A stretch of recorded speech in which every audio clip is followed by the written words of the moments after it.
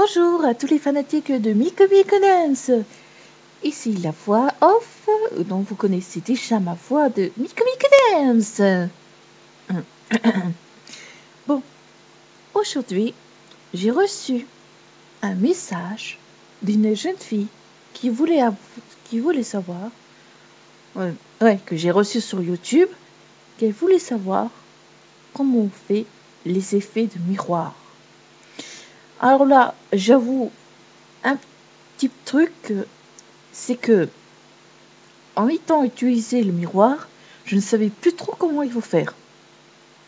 Que j'ai utilisé les personnages, un seul personnage, à vrai dire, que j'ai utilisé comme cobaye. Et ce personnage, c'est le loup d'or. Vous semblez savoir ce que c'est le loup d'or, ou savoir qui est le loup d'or. Eh bien, c'était le maître de Link dans Zelda Twilight Princess. Vous l'avez sans doute entendu. Ce jeu-là, qui est sorti sur Wii ou sur autre jeu de console. Enfin, je sais pas. Je ne sais plus. Mais bon, on verra bien. Et aujourd'hui, je vais vous apprendre comment on fait l'effet de miroir. D'abord, il fallait charger un miroir. Que ça se trouve dans le dossier effet. Voilà. Le miroir. Je l'ouvre. Et ce petit bout de plan en dessous l'écran, c'est le miroir. Comment le déplacer vers le haut? Je vais vous apprendre. Vous allez sur Y, qui est en partie avec le vert, et vous, je dis 10, et voilà. On peut facilement la déplacer vers l'arrière, que je mets 10 aussi avec le Z. Le Z qui veut dire zone. Voilà. Voilà le point. Okay. Il faudra aussi enregistrer, parce que c'est important. Parce que sinon, quand on y play, il se remet en place. Voilà. Donc, maintenant que le miroir est là, il faudra choisir un personnage.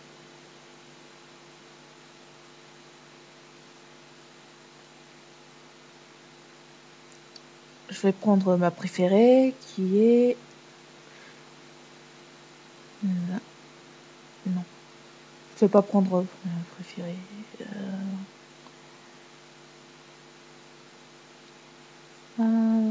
Ah oui, on va prendre Aerith. Là voilà. Aerith.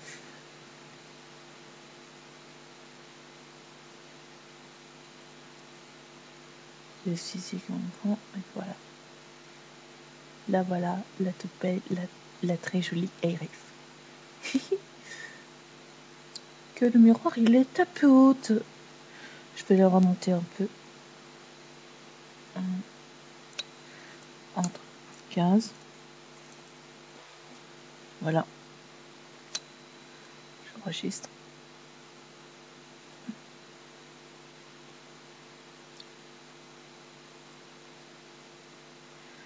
Bon, maintenant, vous la voyez.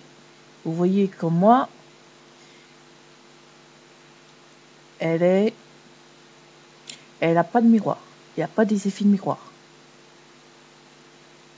Oh, ça veut dire que c'est un vampire.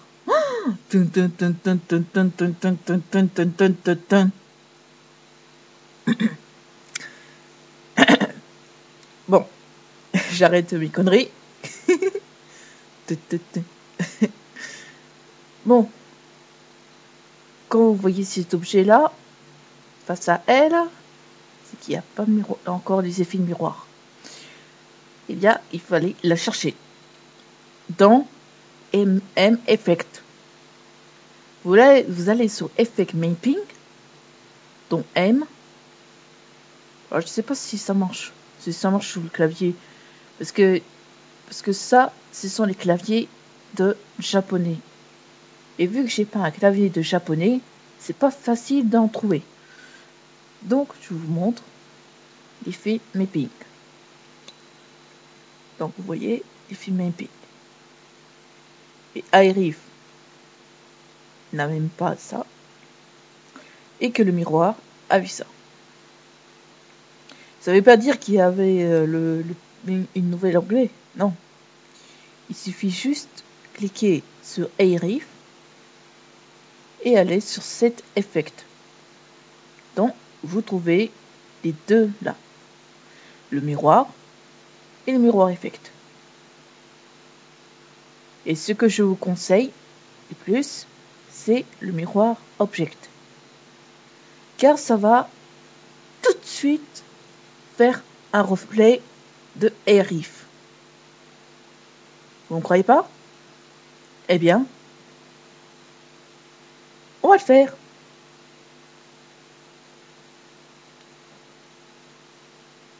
Et voilà. On applique et on clique sur OK. Et voilà. iRif se voit dans son miroir. Vous pouvez bouger sa tête, faire un clin d'œil,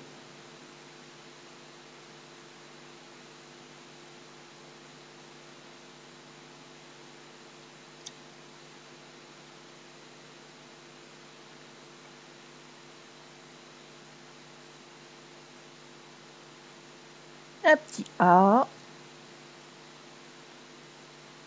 Il est en colère? Non, on va pas la mettre en colère.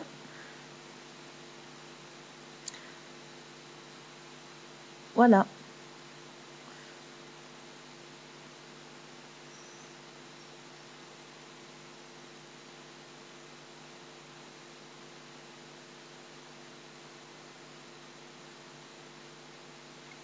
Bref, voilà les effets mapping.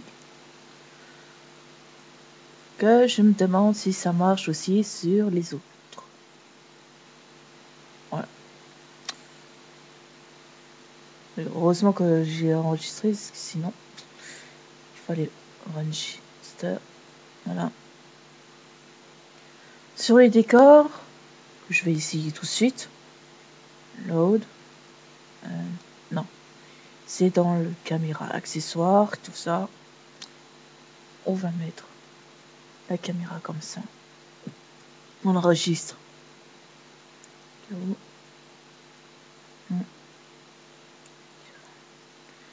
On va prendre quoi?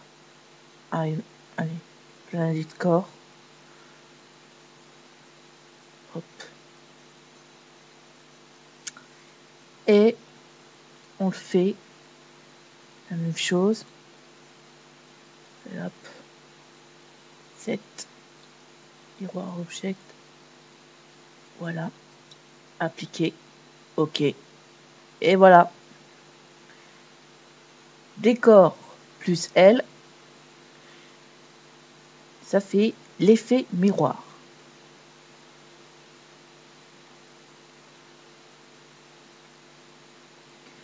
Bon ben, c'est terminé. Je n'ai plus à vous apprendre comment on fait les effets. Non. Je vais vous dire à une prochaine fois.